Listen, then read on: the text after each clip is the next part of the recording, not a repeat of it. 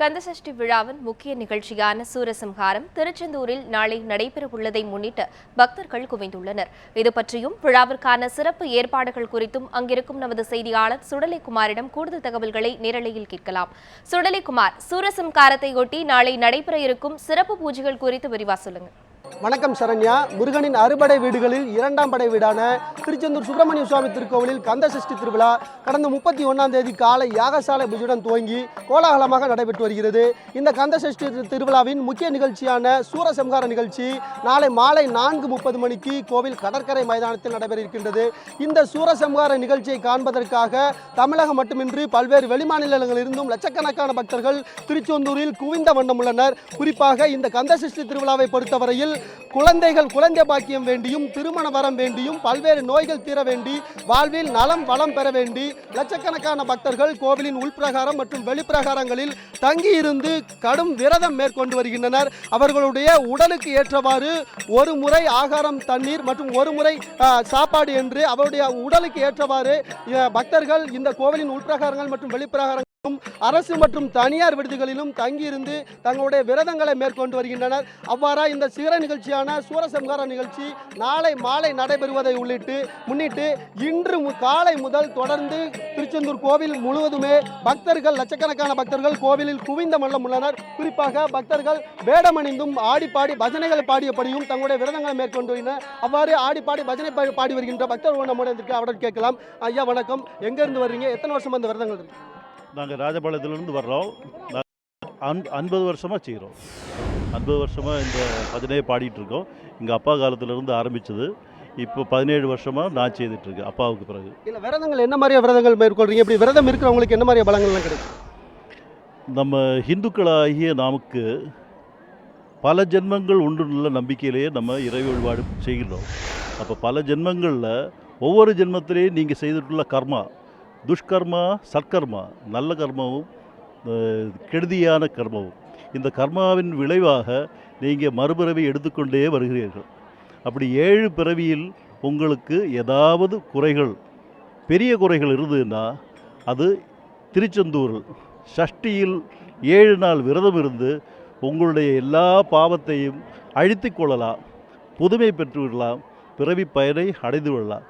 இதன் அடிப்படையில் தான் எல்லா மக்களும் இங்கு விரதம் இருந்து 7 நாள் விரதம் இருந்து இந்த சஷ்டியை மகிழ்ச்சியுடன் கொண்டாடி தங்களுடைய எல்லா பாவங்களையும் அழித்து மறுபடியும் நல்நிலைக்கு உயர்ந்து வருவதற்கு வழிவகுக்கப்படுகிறது. இதுதான் இந்த சஷ்டியுடைய அடிப்படை தத்துவமே. அதாவது பக்தர்கள் கூறிய கருத்துக்களை கேட்டிருப்பீங்க. இவ்வாறு கடந்த 31ஆம் தேதி முதல் தொடர்ந்து கோவிலின் உள்பிரகாரத்தில் உள்ள யாகசாலை மண்டபத்தில் தொடர்ந்து சுவாமி ஜெயந்திநாதருக்கு அதாவது நாளை நடைபெறும் அந்த சூரசம்ஹார நிகழ்ச்சியில் சுவாமி வெற்றி காண வேண்டும் என்பதற்காக தொடர்ந்து 6 நாட்களும் அவருக்கு யாகசாலை பூஜையில் யாகம் வழங்கப்படுகிறது. இதனையடுத்து நாளை காலை இந்த கந்தசஷ்டி திருவிழாவின் சூரசம்ஹார நிகழ்ச்சி முன்னிட்டு அதிகாலை 1 மணிக்கு கோவில் நடை திறக்கப்படுகிறது.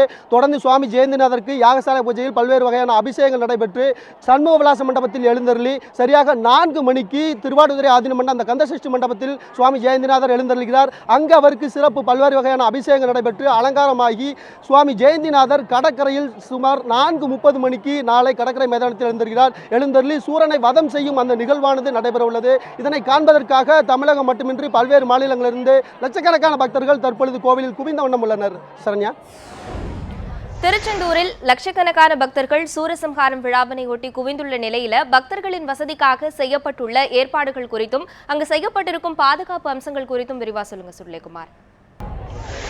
கண்டிப்பாக சரண்யா. அதாவது 31ஆம் தேதி முதல் கடந்த 31ஆம் தேதி முதல் இந்த கந்தசஷ்டி திருவிழா துவங்கி உள்ளது.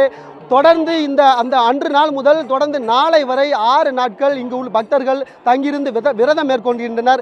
இங்கு தங்கியிருந்து விரதம் மேற்கொள்வதற்கு வசதியாக கோவிலின் உள்பிரகாரங்களில் கோவில் நிர்வாகத்தின் சார்பில் 4 தற்காலிக குடில்கள் அமைக்கப்பட்டுள்ளது.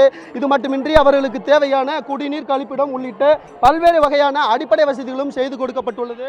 மேலும் நாளைய தினம் கடற்கரையில் பக்தர்கள் வசதியாக அந்த சூரசம்ஹார நிகழ்ச்சியை காண்பதற்காக அங்கு தனித்தனியாக வேலிகள் அமைக்கப்பட்டுள்ளது. VIP மற்றும் சுவாமி பவனி செல்வதற்கான ஒரு பாதை. மேலும் ஒவ்வொரு ஆண்டும் இந்த சூரசம்ஹார நிகழ்ச்சியானது அதாவது ஒரு மிகுந்த மக்கள் நெருக்கடிக்கிடையே நடைபெறும். எனவே இந்த ஆண்டு அது போன்று நடைபெறாமல் இருப்பதற்காக முருகன் அந்த சூரனை வதம் செய்யக்கூடிய 4 தலைகள் எடுக்கக்கூடிய அந்த இடங்களில் தனியாக பேரிகார்டுகள் அமைக்கப்பட்டுள்ளது. இது மட்டுமின்றி பக்தர்களுக்கு தேவையான அனைத்து வசதிகளும் குடிநீர், கழிப்பிடம் உள்ளிட்ட வசதிகள் கோவில் நிர்வாகத்தின் சார்பில் செய்யப்பட்டுள்ளது.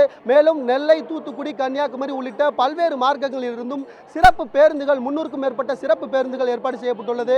கோவிலுக்குள் பக்தர்கள் வாகன நெருக்கடி இல்லாமல் வந்து செல்வதற்காக தனியார் வாகனங்கள் ஊரின் புறநகர் பகுதியில், அதாவது நாகர்கோயிலில் இருந்து வரக்கூடிய பேருந்துகள் தெப்பக்குளம், திருச்செந்தூர் தெப்பக்குளம் அருகே தனியார் வாகன நிறுத்துமிடங்கள் மற்றும் தற்காலிக பேருந்து நிலையம் ஏற்பாடு செய்யப்பட்டுள்ளது. இதேபோல் திருநெல்வேலியிலிருந்து வரும் வாகனங்களும் அரசு பேருந்துகளும் நிற்பதற்காக திருநெல்வேலி புறவழிச்சாலையில் அங்கு தனியார் தற்காலிக பேருந்து நிலையம் மற்றும் வாகன நிறுத்துமிடம் ஏற்பாடு செய்யப்பட்டுள்ளது. இதேபோல் தூத்துக்குடியிலிருந்து வரும் வழியிலும் புறநகர் பகுதியில் வாகன நிறுத்துமிடம், தற்காலிக பேருந்து நிலையம் அமைக்கப்பட்டு திருச்செந்தூர் கோவிலுக்குள் பக்தர்கள் சிரமமின்றியும் வாகன நெருக்கடியுமின்றியும் வருவதற்காக ஏற்பாடுகள் செய்யப்பட்டுள்ளது. மேலும் கோவிலின் உள்பிரகாரங்களில் முக்கிய இடங்களில் கண்காணிப்பு கேமராக்கள் பொருத்தப்பட்டுள்ளது. கடற்கரை பகுதியில் தனியாக கண்காணிப்பு கேமராக்கள் மற்றும் கோபுரங்கள் அமைக்கப்பட்டுள்ளது. காவல்துறையினர் கண்காணிப்பு பணியில் ஈடுபட்டு வருகின்றனர். மேலும் கடற்கரை பகுதியில் மரைன் காவல்துறையினரும் தொடர்ந்து தனியாக சிறப்பு வாகனம் மூலம் அந்த கடற்கரையில் ரோந்து பணியிலும் ஈடுபட்டு வருகின்றனர். இவ்வாறாக சிறப்பான ஏற்பாடுகள் நாளை நடைபெறுகின்ற சூரசம்ஹார நிகழ்ச்சிக்காக கோவில் நிர்வாகம் மற்றும் மாவட்ட நிர்வாகம் மற்றும் மாவட்ட காவல்துறை கண்காணிப்பாளர் அஸ்வின் கோண்டிஸ் தலைமையிலும் பாதுகாப்பு வசதியிலும் அடிப்படை வசதிகளும் மிகவும் சிறப்பாக செய்யப்பட்டுள்ளது. சரண்யா.